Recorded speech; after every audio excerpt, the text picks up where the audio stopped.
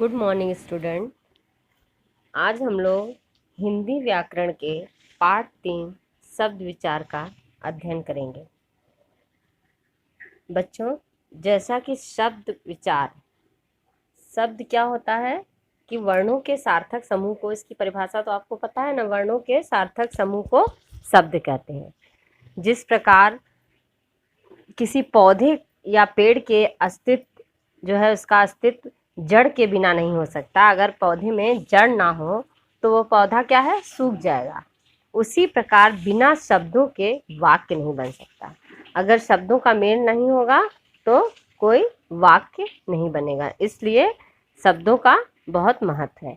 बोलते समय हमारे मुंह से कुछ ध्वनियाँ निकलती हैं, तो प्रत्येक ध्वनि एक वर्ण का प्रतिनिधित्व करती है। वो जो ध्वनि होती है वो एक वर्ण होती है, और यही ध्वनियाँ मिलकर क्या करती हैं, वर्ण मिलकर शब्दों का निर्माण करती हैं। यानी वर्णों के मेल को हम शब्द कहते हैं। लेकिन एक बात ध्यान देने योग्य है कि वर्णों का मेल ही शब्द नहीं कहलाता है। वर्णों का मेल हो, लेकिन वो क्या हो, सार्थक मेल हो। वर्णों का जो सार्थक जो समूह होता है वही जो है वो शब्द कहलाता है। अगर हम कमल की जगह मकल बोल दें तो वो शब्द नहीं कहलाएगा, क्योंकि मकल कोई शब्द नहीं हो। तो हम अगर कमल बोलेंगे तो वो कमल जो है एक शब्द है। तो इस प्रकार बच्चों देखिए कि वर्णों के सार्थक समूह को शब्द कहते हैं। वर्णों का सार्थक मेल ही शब्द का निर्माण करता है। इस प्रकार शब्द के लिए 2 आवश्यक शर्त है कि एक, उसमें 2 से अधिक वर्णों का समूह होना चाहिए, और दूसरा सार्थक समूह होना चाहिए। ऐसा नहीं कि मक्कल लिखा रहे, मक्कल लिखा रहेगा तो वो शब्द नहीं होगा, वो क्या हो जाएगा, वो निरर्थक शब्द होगा, सार्थक नहीं होगा। लेकिन वही मक्कल की जगह अगर कमल लिख दिया जाए तो वो सार्थक शब्द होगा। और नेक्स्ट देखिए शब्द और पद। अभी हम लोग शब्द जान लिए, अब हम लोग शब्द और पद जानेंगे। तो शब्द तो जान गए कि वर्णों के सार्थक समूह को शब्द कहते हैं, और पद किसे कहते हैं। यदि शब्द भाषा की, लोग कहते हैं ना, शब्द भाषा की सबसे छोटी इकाई है। प्रत्येक शब्द का अपना अर्थ होता है, प्रत्येक शब्द जो है अपना अर्थ व्यक्त करता है, तथा उस शब्द का अगर वाक्य में निर्माण करते हैं तो प्रत्येक शब्द का वाक्य में एक निश्चित स्थान होता है। एक निश्चित स्थान मतलब संज्ञा, कर्ता कहाँ रहेगा, संज्ञा कहाँ रहेगा, कर्म कहाँ रहेगा, क्रिया कहाँ रहेगी, वो सबका एक निश्चित स्थान होता है। वहाँ पे अगर रखा जाएगा तभी वो सार्थक वाक्य का निर्माण करेगा। देखिए आपकी पुस्तक में दिया हुआ है कि खरगोश को काटकर, यहाँ पे देखिए नीचे दिया हुआ है ये लाइन जो है यहाँ पे, खरगोश को काटकर गाजर खिलाओ। खरगोश को काटकर गाजर खिलाओ, क्या ये वाक्य शुद्ध है? नहीं, क्योंकि खरगोश को काटकर गाजर नहीं खिलाना है, गाजर को काटकर खरगोश को खिलाना है। तो गाजर काटकर खरगोश को खिलाओ, ये बोला जाएगा, ये वाक्य जो है ये शुद्ध हो गया। तो इसलिए सही वाक्य रचना के लिए वर्णों का सही स्थान पर होना, निश्चित स्थान पर होना आवश्यक है। और जब यही शब्द व्याकरण के नियमों में बनकर, जो शब्द हैं ये व्याकरण के नियमों में बनकर जब वाक्य में प्रयोग होते हैं, यही शब्द, तो ये क्या कहलाते हैं, ये पद कहलाते हैं। यही शब्द जब है व्याकरण के नियमों में बनकर प्रयुक्त होते हैं तो ये क्या कहलाते हैं, ये वाक्य कहलाते हैं। ये व्याकरण के नियमों में बनकर जब प्रयुक्त होते हैं तो हम इन्हें वाक्य कहते हैं। उदाहरण से आप स्वयं समझते होंगे कि शब्दों को वाक्य में निश्चित स्थान पर रखना कितना जरूरी है। अगर शब्द को हम निश्चित स्थान पर रखेंगे नहीं तो क्या हो जाएगा, वो कोई अर्थ हमें नहीं देगा। उसका स्थान ही बदल देने से क्या हो जाएगा, अगर शब्द लिखते हैं तो वर्णों का स्थान बदल दिया जाए तो वो निरर्थक हो जाएगा, कोई उसका अर्थ ही नहीं रहेगा। और वाक्य में अगर मैं शब्दों का स्थान बदल देती हूँ तो क्या होगा कि जो वाक्य जो है हमारे दूसरा रूप ले लेंगे। हम जो कहना चाहते हैं वो ना कह के कुछ और कहेंगे। जैसे खरगोश को काट कर गाजर खिलाओ, आपने यहाँ देखा, तो ये वाक्य अशुद्ध है। लेकिन गाजर को काट कर खरगोश को खिलाओ, ये वाक्य शुद्ध है, क्योंकि ऊपर के वाक्य में खरगोश को काटा जा रहा है, लेकिन नीचे के वाक्य में गाजर काट कर खिलाया जा रहा है। तो यहाँ ऊपर के वाक्य में अर्थ ही बदल गया, क्योंकि शब्दों का अगर उचित जगह पर, उचित स्थान पर न रखकर प्रयोग किया जाए तो उसका अर्थ जो है बदल जाएगा। इसलिए प्रत्येक वाक्य में शब्द का एक निश्चित स्थान होता है। स्थान बदल जाने से हमारे वाक्य में हमारे विचार बदल जाते हैं। तो देखिए बच्चों, आप लोग ये समझ गए कि शब्द किसे कहते हैं, पद किसे कहते हैं। शब्दों, वर्णों के मेल से शब्द का निर्माण होता है और शब्दों के मेल से वाक्य बनते हैं। और शब्दों का अगर मेल किया जाए और उसको उचित स्थान पर वाक्य में ना रखा जाए तो वाक्य गलत, दूसरा अर्थ जो हम चाहेंगे वो ना व्यक्त करके अन्य अर्थ व्यक्त करेगा। इसलिए वाक्य के सही अर्थ को जानने के लिए हमें शब्दों का उचित स्थान पर प्रयोग करना आवश्यक है। तो बच्चों, अब नेक्स्ट है शब्दों का वर्गीकरण। शब्दों का वर्गीकरण क्या हो गया कि जैसे हिंदी भाषा में हम देखते हैं कि हिंदी भाषा हमारी जो है सबसे प्राचीन भाषा है, समृद्ध भाषा है। कहते हैं कि शब्द भंडार की दृष्टि से हिंदी भाषा अत्यंत समृद्ध है। हिंदी भाषा में न केवल हिंदी के शब्द आते हैं बल्कि उर्दू से भी आते हैं, अंग्रेजी से भी आते हैं, संस्कृत से भी आते हैं, विदेशी भाषाओं से आते हैं, देसी भाषाओं से, सभी का सम्मिश्रण है। सभी भाषाओं के मेल से हमारी हिंदी भाषा में सभी भाषाओं का मेल का प्रयोग किया जाता है। लेकिन जब हम हिंदी भाषा बोलते हैं तो उसमें ये शब्द कहाँ से आए, इनके क्या क्या अर्थ हो सकते हैं, अथवा इनका निर्माण कैसे हुआ, इनका ज्ञान प्राप्त करने के लिए शब्दों के वर्गीकरण को किया गया है। देखिए, जब हिंदी भाषा में हम बताएं ना कि सबसे समृद्ध भाषा होते हुए भी क्या है, इसमें सभी भाषाओं से कुछ न कुछ शब्द आए हुए हैं। हिंदी से कुछ आए हैं, उर्दू से कुछ आए हैं, अंग्रेजी से कुछ आए हैं, विदेशी से कुछ आए हैं, देसी से कुछ आए हैं।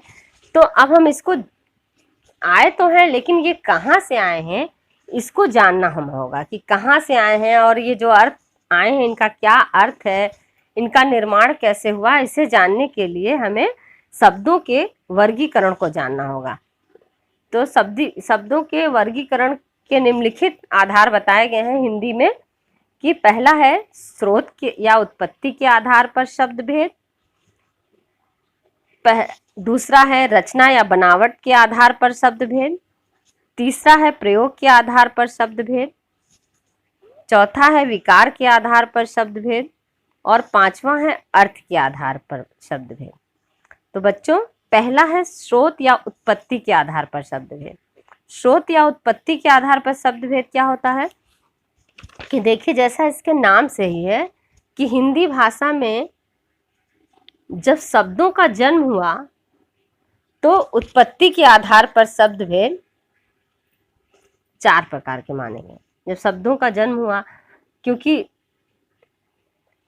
लोग देखिए, अब आपकी पुस्तक में बताया जिस प्रकार पूजा की थाली में चंदन, रोली, गुलाब, चमेली, फूल, माला, दीपक सभी कुछ से सजाई जाती है, उसी प्रकार हिंदी भाषा भी कई प्रकार के शब्दों से सुसज्जित है। कई प्रकार के शब्दों से सुसज्जित है, मतलब हिंदी के भी शब्द लिए गए हैं, अंग्रेजी के भी शब्द लिए गए हैं, उर्दू के भी शब्द लिए हैं, तब एक वाक्य रचना करते हैं। जैसे देखिए, इसमें दिया गया है हिंदी में कि मैं ट्रेन का सफ़र कर अपने गंतव्य तक पहुंच गया। यहाँ दिया है मैं ट्रेन से सफ़र करके अपने गंतव्य तक पहुंच गया। इस वाक्य में देखिए, ऊपर लिखे वाक्य जो दिया है ट्रेन, सफ़र और गंतव्य शब्द हिंदी भाषा के अपने शब्द नहीं है। आपको सुनने से ही लग रहा है कि ट्रेन, सफ़र और गंतव्य, ये नहीं। इनका आगमन हिंदी में कहाँ से हुआ, कैसे हुआ, इसे जानने के लिए शब्दों की उत्पत्ति को समझना होगा कि आखिर ये शब्द कहाँ से आए, ये सफ़र कहाँ से आया, ये ट्रेन कहाँ से आया, गंतव्य कहाँ से आया, ये शब्द जो है हमारे हिंदी भाषा में आए कहाँ से। तो हिंदी इनकी उत्पत्ति को जानने के लिए हम शब्दों की उत्पत्ति के 4 स्रोत माने हैं। उत्पत्ति के आधार पर जो शब्द हैं उसके 4 भेद बताए गए हैं। तो स्रोत मतलब कहाँ से उसका स्रोत है, उत्पत्ति निर्माण हुआ है। तो पहला है, देखिए इसमें तत्सम शब्द। तत्सम शब्द क्या है कि तत्सम शब्द के लिए क्या कहा गया है कि ये शब्द कहाँ से आए हैं। तत्सम शब्द जो है ये हमारे संस्कृत के शब्द हैं, जिन्हें जैसे हैं वैसे ही हिंदी में हम ग्रहण कर लिया है। तत्सम 2 शब्दों के मेल से बना है। तत् मतलब होता है सम, तत् मतलब वह, और सम मतलब समान, उसके समान। ठीक है, उसके समान, किसके समान, संस्कृत। तो इस प्रकार तत्सम का अर्थ हुआ उसके समान, यहाँ उसके मतलब संस्कृत के लिए है। तो मतलब तत्सम शब्द संस्कृत के वे शब्द हैं जिन्हें जैसे हैं, यानी संस्कृत में जैसे हैं वैसे ही हिंदी में भी ग्रहण कर लिया गया है। वे शब्द तत्सम शब्द कहलाते हैं। जैसे कुछ शब्द हैं उनको मैं बता रही हूँ कि जैसे कि हिंदी में अगर उनका प्रयोग किया जाए तो वो लगते हैं कि हिंदी के शब्द हैं। जैसे सूर्य, सूर्य, सूर्य चमक रहा है।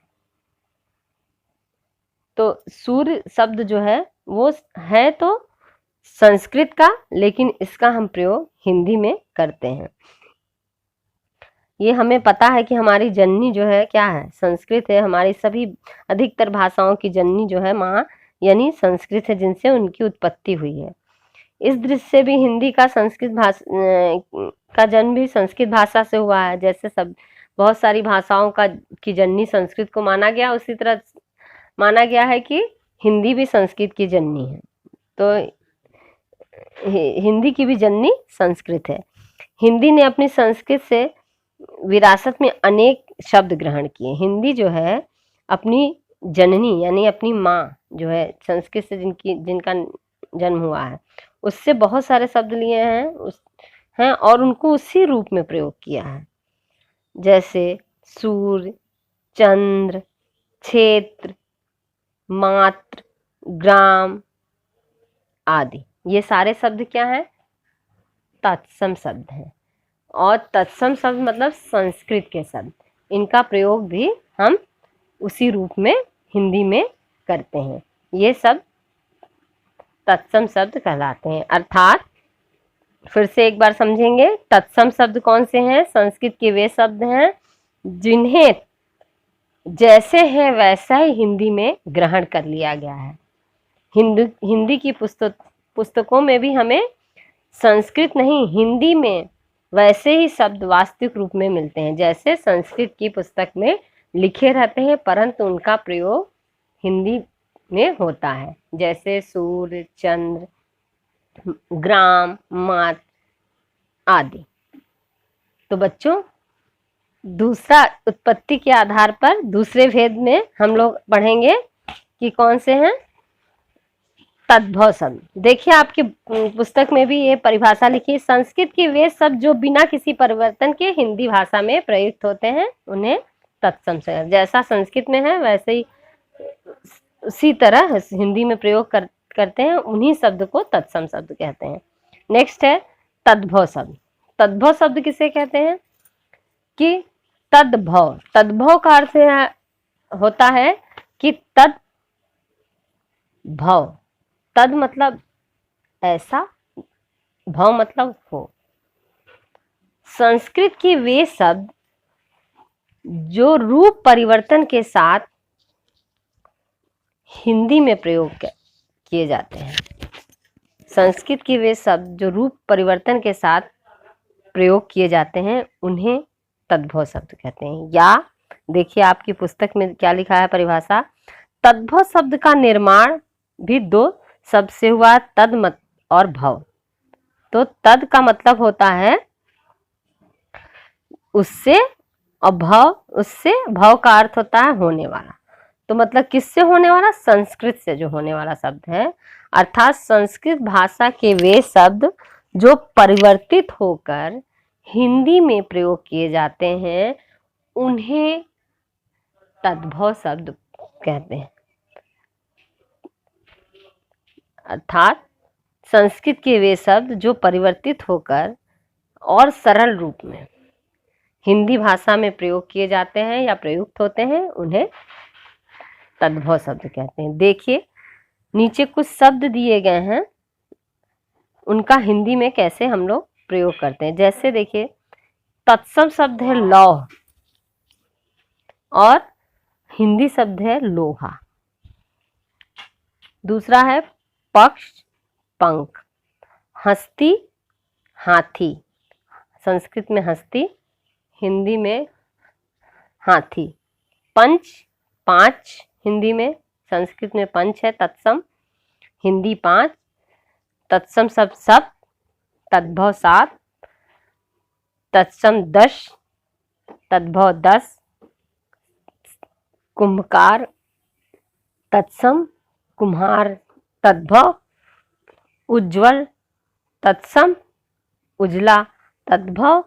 घोटक तत्सम, घोड़ा तद्भव। कर्म तत्सम, काम तद्भव। धैर्य तत्सम, धीरज तद्भव। निद्रा तत्सम, नींद तद्भव। तृण तत्सम, तिनका तद्भव। कार तत्सम, काज तद्भव। उल्लूक, उल्लू को कहा गया उल्लू तत्सम और उल्लू तद्भव। इसी तरह इधर भी है। तो पहले वर्ड जो शब्द लिखे हुए हैं वो सारे तत्सम शब्द हैं और साथ में उसके जो दिए गए हैं वो तद्भव यानी हिंदी के शब्द हैं। संस्कृत के शब्द हैं, उनका परिवर्तित रूप करके सरल रूप में परिवर्तन करके उसको हिंदी में प्रयोग किया गया है, उसे ही हम तद्भव शब्द कहते हैं। यानी संस्कृत के वे शब्द जिनका कुछ परिवर्तन के साथ सरल रूप में हिंदी में प्रयोग हुआ है उसे तद्भव शब्द कहते हैं। तो बच्चों तद्भव तत्सम हम लोग पढ़ लिए रचना या उत्पत्ति या स्रोत के आधार पर। तीसरा है देशज शब्द। देशज शब्द, देशज जैसा कि देशज इसके नाम से ही लग रहा है कि ग्रामीण भाषा से जो आए हों वो शब्द होते हैं, जो कि अंग्रेजी के नहीं शब्द होते हैं, संस्कृत के नहीं शब्द होते हैं, लेकिन कहाँ से आए हैं, हमारी बोलचाल की भाषा से। देखिए देशज अर्थात देश या जो देश में जन्म लेने वाले हिंदी भाषा में कुछ ऐसे शब्द हैं जो हिंदी प्रदेशों में आम बोलचाल की भाषा में प्रयुक्त किए जाने के कारण बने हैं। ऐसे शब्द देशज कहलाते हैं जो हिंदी भाषी प्रदेशों में जो है बोलचाल, बोले ना ग्रामीण अंचल में, गांव देहात में जो आपसी बोलचाल की जो भाषा होती है उसमें जिन शब्दों का प्रयोग हुआ है उन शब्दों को हम अपने हिंदी भाषा में प्रयोग करते हैं, उन्हीं शब्दों को हम देशज शब्द कहते हैं। जैसे चिड़िया, लड़का, खटिया, डिबिया, थपथपाना, चहचहाना, ये सारे जो शब्द हैं ये न हिंदी के शब्द हैं, ना अंग्रेजी के शब्द हैं, ना उर्दू के शब्द हैं। ये क्या है, ये देशज शब्द हैं। हमारे देश की विभिन्न प्रदेशों की ग्रामीण अंचलों की जो भाषा बोली जाती है, उनकी बोली से आए हुए ये शब्द हैं जिन्हें देशज शब्द कहते हैं। नेक्स्ट है विदेशी शब्द। विदेशी शब्द बच्चों आप सभी जानते हैं कि अतीत में हमारी राजनीतिक परिस्थितियां कुछ ऐसी रही कि हमारा समय समय पर विदेशियों के साथ संपर्क रहा। आज़ादी के पहले हमारी परिस्थिति ऐसी थी कि हमारे ऊपर क्या था, विदेशी अंग्रेजों का शासन था। तो बहुत समय ऐसा था कि हम लोग उनके अंडर में रहें या उनका शासन था। इस विदेशी संपर्क का प्रभाव हिंदी भाषा पड़ा। विदेशियों से संपर्क होने पर क्या हुआ, हम लोग जो बातचीत उनसे करते थे तो उसमें उनकी भाषा का भी साथ में हम लोग प्रयोग करते थे। क्योंकि जिसके साथ रहिए आप तो देखिए आपके बोलचाल में, आपके में उनकी उधर की भाषा से, उस राज्य की भाषा जहाँ भी आप रहोगे उससे आपको कुछ न कुछ मिल जाता है। तो उसी तरह इस प्रकार विदेशी से संपर्क का प्रभाव हमारे हिंदी भाषा पर पड़ा। अब विदेशियों के संपर्क में आने के कारण हिंदी भाषा में ने अनेक विदेशी शब्द अपनाए। यही शब्द विदेशी शब्द बना। अब अंग्रेजों से संपर्क आया तो उससे क्या है, उनसे संपर्क में आने के कारण बहुत सारे हमारे पास क्या है कि विदेशी शब्द हमारे बोलचाल में आ गए। हम लोग बहुत सारे विदेशी शब्द अपना लिए। तो वो विदेशी शब्द जो हैं, यही शब्द जो है विदेशी शब्द कहलाएं। जैसे पेंसिल, स्कूल, चाय, ठीक है, हॉस्पिटल, ये सब जो है, कुर्सी, शादी, स्कूल, सिगरेट, साइकिल, टेलीग्राम, खर्च, फौज इत्यादि।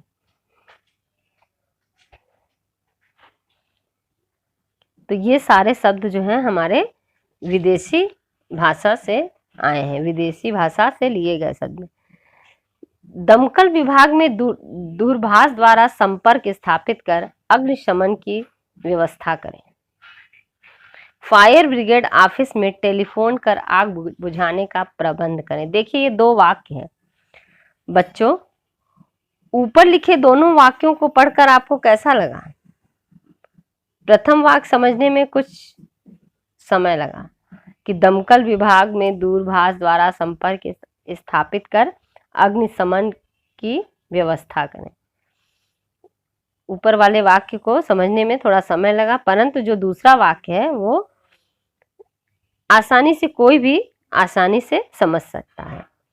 तो भाषा का प्रयोग करते समय इस बात का ध्यान रखना हमें अत्यंत आवश्यक है कि लिखते या बोलते समय जिस भी भाषा का प्रयोग करें वह सरल और सुबोध हो। जिस भाषा का हम प्रयोग करें वो सरल और सुबोध हो। बहुत भारी भरकम शब्दों का प्रयोग करने से भाषा प्रभावशाली नहीं बनती है। प्रभावशाली भाषा वही है जो अभिष्ट अर्थ स्पष्ट कर सके या सही अर्थ स्पष्ट कर सके तथा जिसे पाठक और श्रोता यानी पढ़ने वाला और सुनने वाला समझ सके। भाषा का मतलब यही होता है कि जो शब्दों का जो चयन हो वो कैसा होना चाहिए कि प्रभावशाली होना चाहिए, सरल होना चाहिए, सुबोध होना चाहिए, कि जिससे पढ़ने वाले को भी सरल लगे, आसान हो और सुनने वाले श्रोता यानी सुनने वालों को भी आसानी से समझ में आ जाए। वास्तव में अपने इसी उद्देश्य की पूर्ति के लिए हिंदी ने समय समय पर देसी विदेशी शब्द अपनाए। हिंदी में केवल देसी और विदेशी शब्द के अपनाने का मतलब केवल ये नहीं हुआ कि ऐसे ही बस अपना लिए। भाषा को सरल बनाने के लिए भी इन शब्दों का प्रयोग किया जाने लगा, क्योंकि हम जिस शब्दों का बोलचाल में प्रयोग करते हैं अगर उन शब्दों का हम प्रयोग करके पुस्तकों में लिखेंगे, रचनाएं लिखेंगे तो वो व्यक्ति को समझना, किसी को ज़्यादा पाठक को आसान हो जाएगा। इसलिए हिंदी भाषा को सरल बनाने के लिए हमारे जो हिंदी में समय समय पर देसी विदेशी भाषाओं को अपनाया गया, कि कुछ उर्दू की भाषा को अपनाया गया, जैसे कि शादी शब्द, कुर्सी पुर्तगाली शब्द, हॉस्पिटल अंग्रेजी से लिया गया, स्कूल अंग्रेजी से लिया, ये सारे शब्द अपनाए गए। तो बच्चों आज हम लोग उत्पत्ति या स्रोत के आधार पर हम लोग शब्दों के वर्गीकरण को पढ़े हैं कि शब्दों की उत्पत्ति कैसे हुई, इसको हम लोग जाने। तो बच्चों आज हम लोग का यहीं पर क्लास समाप्त होता है। अगली क्लास में हम लोग शब्दों के दूसरे वर्गीकरण, रचना या बनावट के आधार पर शब्द भेद पढ़ेंगे। धन्यवाद।